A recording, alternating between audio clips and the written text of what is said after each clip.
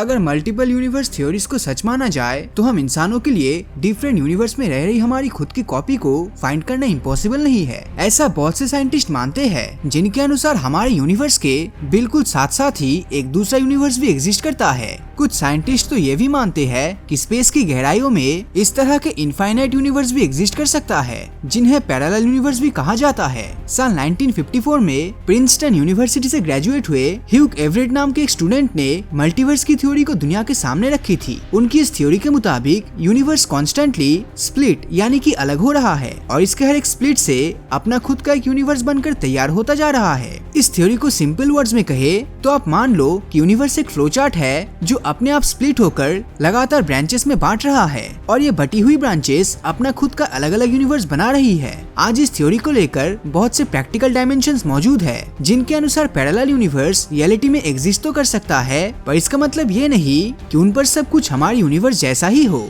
ऐसा भी हो सकता है कि पैरेलल यूनिवर्स में मौजूद किसी धरती पर हुई वर्ल्ड वॉर का नतीजा कुछ और ही हो, या फिर वहाँ धरती से एक्सटिंक्ट हो चुके डायनासोर्स अभी भी रह रहा हो। इतना ही नहीं, ये भी हो सकता है कि शायद किसी यूनिवर्स में धरती से इंसान बिल्कुल डायनासोर की तरह विलुप्त हो चुके हो। अब जब बात पैरेलल यूनिवर्स की चल रही है, तब उसमें क्वांटम मैकेनिक्स का जिक्र होना लाजमी है, क्योंकि क्वांटम मैकेनिक्स को स्टडी करने वाले साइंटिस्ट को जल्द ही समझ आ गया कि फोटोन जैसे क्वांटम पार्टिकल्स अपने मुताबिक अलग अलग फॉर्म्स लेते हुए नजर आते हैं। और जिन साइंटिस्ट ने फोटॉन्स को नोटिस किया था, उन्होंने देखा कि कभी ये फोटॉन्स पार्टिकल की तरह बिहेव कर रहे थे तो कभी वेव्स की तरह, जो बिल्कुल वैसा ही था जैसे हम इंसान कभी सॉलिड हो और अगले ही पल हम गैस बन गए हो। इस फेनोमेनन को हाइजेनबर्ग अनसर्टेनिटी प्रिंसिपल कहा जाता है, जिसे फिजिसिस्ट वर्नर heisenberg द्वारा प्रपोज किया गया था, जिसमें उन्होंने बताया था कि हम सिर्फ अपनी ऑब्जर्वेशन से ही क्वांटम मैटर्स के बिहेवियर को बदल सकते हैं। हालांकि फिजिसिस्ट नियल बोर का इस बारे में थोड़ा अलग मानना था, क्योंकि उनकी थ्योरी के अनुसार क्वांटम पार्टिकल एक समय के लिए हर पॉसिबल स्टेट में एग्जिस्ट करता है और जब हमारे द्वारा उन्हें ऑब्जर्व किया जाता है तब इससे इन पार्टिकल्स का बिहेवियर अलग होता है,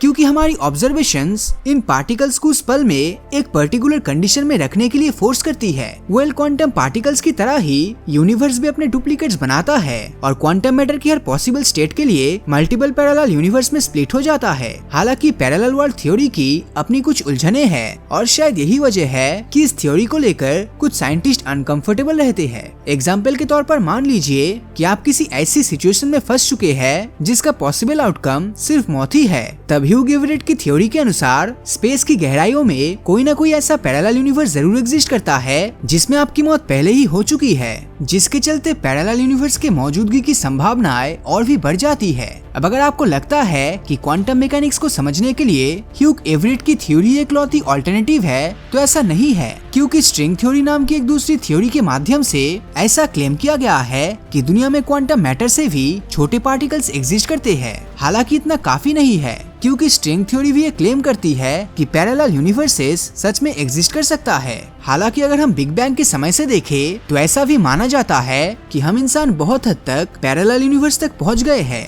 अब आप सोच रहे होंगे वो कैसे? वो यूनिवर्स में हमारी एक बाउंड्री है जिसमें हम एक्सेस पा सकते हैं। आज हम जिस यूनिवर्स को देखते हैं वो आज से करीब 13.8 बिलियन साल पहले बिग बैंग के बाद निर्मित हुआ था, जिस दौरान ये न सिर्फ काफी ज्यादा हॉट और डेंस था, बल्कि बहुत सारे मैटर और रेडिएशन से भी भरा हुआ था और उस इनिशियल स्टेट से ही ये लगातार एक्सपैंड, कूल और ग्रेविटेट कर रहा था। हम सभी स्पेस में जितना पीछे देखेंगे उतनी ही ज्यादा हमें टाइम में पीछे जाना पड़ेगा। हालांकि असलियत तो ये है कि आप चाहकर भी यूनिवर्स की शुरुआती समय में वापस नहीं जा सकते, क्योंकि अगर यूनिवर्स एक सर्टेन टेम्परेचर और डेंसिटी तक एक्सीड कर चुका होगा तब हम इसकी उन प्रॉपर्टीज को ऑब्जर्व कर पाएंगे जो इसके पास नहीं होना चाहिए। अब अगर यूनिवर्स का स्ट्रेच करना इसी तरह से कंटिन्यू रखा और न्यू स्पेस क्रिएट कर दिए, तब कुछ जगहों पर हॉट बिग बैंग्स का क्रिएशन होगा, जिन्हें हम यूनिवर्स कहते हैं। हालांकि आप इन पैरेलल यूनिवर्स के बीच कुछ भी ट्रांसफर नहीं कर सकते, फिर चाहे ये सभी एक जैसे स्मॉल रीजन से इमर्ज ही क्यों ना हो।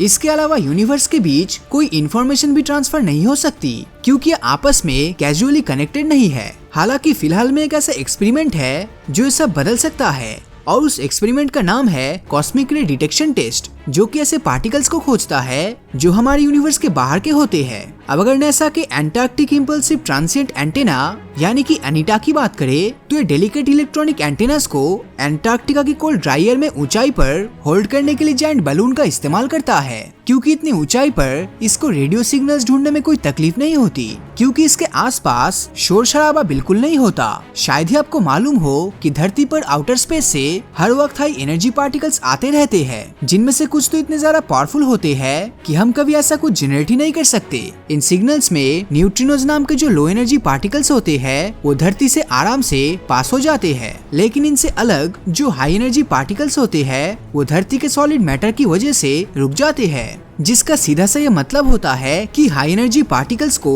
तभी डिटेक्ट किया जा सकता है जब वो आउटर स्पेस से आया हो। अब अगर हम एक यूनिवर्स से दूसरे यूनिवर्स में कुछ भी नहीं भेज सकते, तब हम पैरेलल यूनिवर्स की वजूद को किस तरह से टेस्ट करेंगे? साइंटिस्ट के अनुसार अगर हमारा यूनिवर्स किसी दूसरे यूनिवर्स के साथ टकरा जाए, तब ऐसे में हमें पैरेलल यूनिवर्स के कुछ एविडेंस जरूर मिल सकते हैं, क्योंकि कुछ थियोरिस्ट के अनुसार इन यूनिवर्स की टक्कर कॉस्मिक माइक्रोवेव बैकग्राउंड पर कोल्ड और हॉट स्पॉट्स छोड़ जाएगी, जिन्हें हम एडवांस स्काई सर्वे से डिटेक्ट कर सकते हैं। स्पेस टाइम के फैब्रिक में जो ग्रेविटेशनल वेव्स लहराती है वो भी कॉस्मिक इन्फ्लेशन की थ्योरी को सपोर्ट करने के लिए सबूत दे सकती है। दरअसल बिग बैंग के बाद जो gravitational waves cosmic microwave background पर बच गई थी, उन्होंने इस पर छोटे छोटे कर्ल्स बना दिए थे, और अगर हम अपने टेलीस्कोप की मदद से इन कर्ल्स को फाइंड कर लेते हैं, तब ये भी पैरेलल यूनिवर्स के वजूद का एक बहुत ही बड़ा एविडेंस होगा। हालांकि इससे पहले पैरेलल यूनिवर्स के वजूद का सबूत मिले, आपको जरूर जान लेना चाहिए कि पैरेलल यूनिवर्स और ब्लैक एंड व्हाइट होल के बीच एक तगड़ा कनेक्शन है। ब्लैक होल स्पेस के वो टेरिफाइंग ऑब्जेक्ट्स है जो अपने करीब आने वाली हर चीज को अपने अंदर खींच लेता है। ब्लैक होल्स का निर्माण जायंट स्टार्स के टकराने से होता है, जिसके चलते उनके अंदर इतनी ज्यादा ग्रेविटेशनल फोर्स आ जाती है कि कुछ भी इनसे नहीं बच सकता, यहाँ तक रोशनी भी नहीं। अब बात व्हाइट होल्स की करे तो ये ब्लैक होल्स के बिल्कुल ऑपोजिट होते हैं, क्योंकि अपने अंदर मौजूद हर चीज को बाहर निकालते रहते हैं। इतना सब कुछ जानने के बाद अब सवाल आता है कि आखिर ब्लैक एंड व्हाइट होल आपस में कनेक्टेड कैसे है? दरअसल हर एक व्हाइट होल एक और नए बिग बैंग को जनरेट कर सकता है, और इनके जनरेट होने से हमारे यूनिवर्स और उसके बाहर भी मल्टीपल यूनिवर्सेस जनरेट होते हैं, जो कि शायद हमारे यूनिवर्स के बिल्कुल कॉपी हो सकते हैं। तो ये भी एक पॉसिबिलिटीज है मल्टीवर्स की क्रिएशन होने की। तो दोस्तों, आपको क्या लगता है, हमारी इस अनंत ब्रह्मांड में क्या पैरेलल यूनिवर्स या फिर मल्टीवर्स एग्जिस्ट करता है या नहीं? अपनी राय नीचे कमेंट करके जरूर बताएं। और अगर ये वीडियो आपको अच्छा लगा हो तो इस वीडियो को लाइक और अपने दोस्तों के साथ शेयर करना मत भूलना। और अगर अभी तक आपने हमारे चैनल को सब्सक्राइब नहीं किया है तो सब्सक्राइब करके नोटिफिकेशन बेल को ऑन कर दीजिए, क्योंकि मैं ऐसी वीडियोस हर हफ्ते लाता रहता हूँ। तो मिलता हूँ आपसे अगले वीडियो में, और हमेशा की तरह थैंक्स फॉर वॉचिंग।